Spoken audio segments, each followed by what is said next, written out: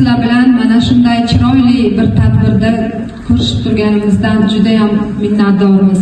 Albatta bugun biz sizlar bilan butun tumanda o'z o'rniga ega bo'lgan keksalarimiz, mana shu keksalar juda hayajondaman to'g'risi, chunki ustozimiz biz uchun juda bir haligi hurmat qiladigan bir boshqacha inson edilar. Ketmang desam ham yo'q deb turib oldilar. Iloji yo'q tadbirni uyushtirdik. To'g'risi gap. Bugun prezidentimiz Shavkat Miromonovich tomonidan inson qadri ulug'lanayotgan yurtda keksalarimiz, oilamiz to'g'rida bosh va duoda o'tirishibdi.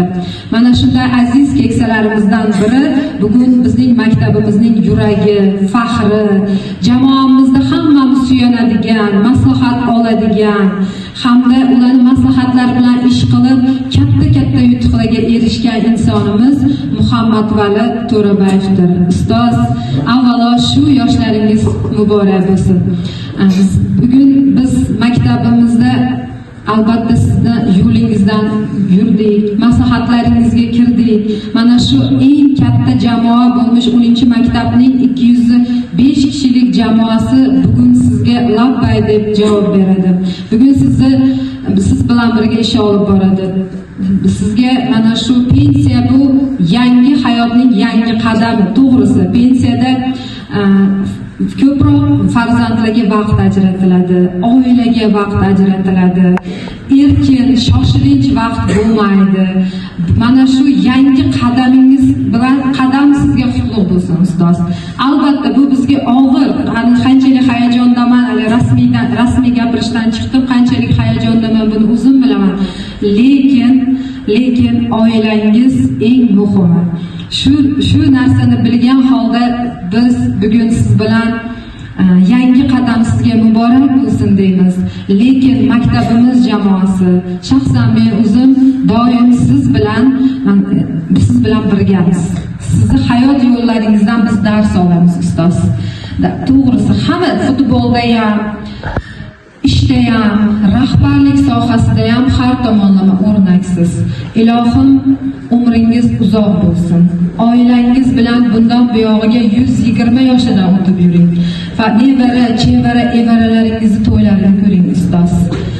Sizni orqangizdan, sizni maslahatlaringiz bilan mana shu o'quvchi yoshlarimiz, shaxsan o'zim, ustozlarimiz hammamiz birgalikda maktabimizni yanada yuksaltiraylik.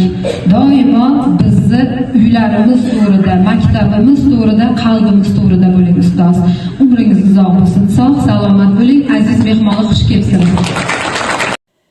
Ustoz bilim beruvchi emas, balki yo'l ko'rsatuvchi nurdir. Ustozning birgina iliq so'zi ham o'quvchining o'ziga bo'lgan ishonchini mustahkamlab, kelajakka dadil qadam tashlashiga sabab bo'lishi mumkin. Hayotda ko'p narsani unutish mumkin, ammo chin dildan ta'lim bergan, qo'llab-quvvatlagan ustozni unutish hech qachon oson emas. Ustoz bergan bilim yillar o'tsa ham yo'qolmaydi.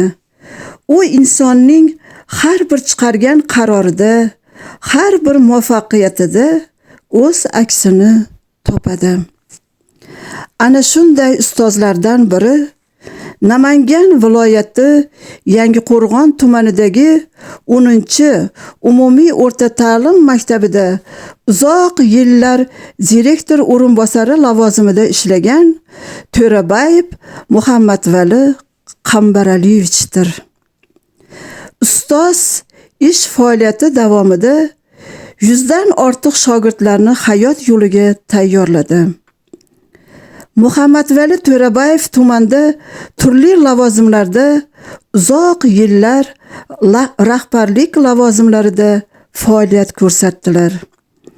Har bir ishlagan jamoasida o'z o'rniga ega bo'lgan ustozni bugun nafaqaga kuzatish tadbiri bo'lib o'tdi. Nafaqa bu jamiyatdan uzilish emas, balki sokinlikka ochilgan eshikdan kirishdir. Yillar davomida yonib turgan chiroqsiz ustoz, ko'zlarimizga nur, qalbimizga surur, ishonch bo'ldingiz ustoz. Har bir dars bir hayot, har bir so'z bir saboq, yoshlarni ezgulikka chorladingiz ustoz. Necha avlod qo'lingizda pishdi, ulg'aydi. Necha orzular siz sabab qanot yoydi.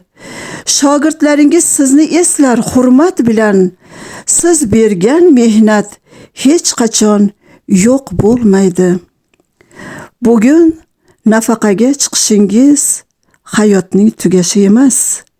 Yangi bosqich, sokinlikka ochilgan eshik. Qalbingizdagi ezguliklar hanuz esimizda.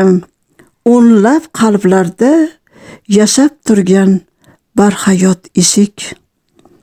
Yuragingiz shod bo'lsin, qadamlaringizga quvvat, sog'lik va tinchlik hamroh bo'lsin yo'llaringizda. Sizni hayotingiz ustozlikning go'zal timsoli. Hurmat bilan kuzatamiz sizni ustoz nafaqaga.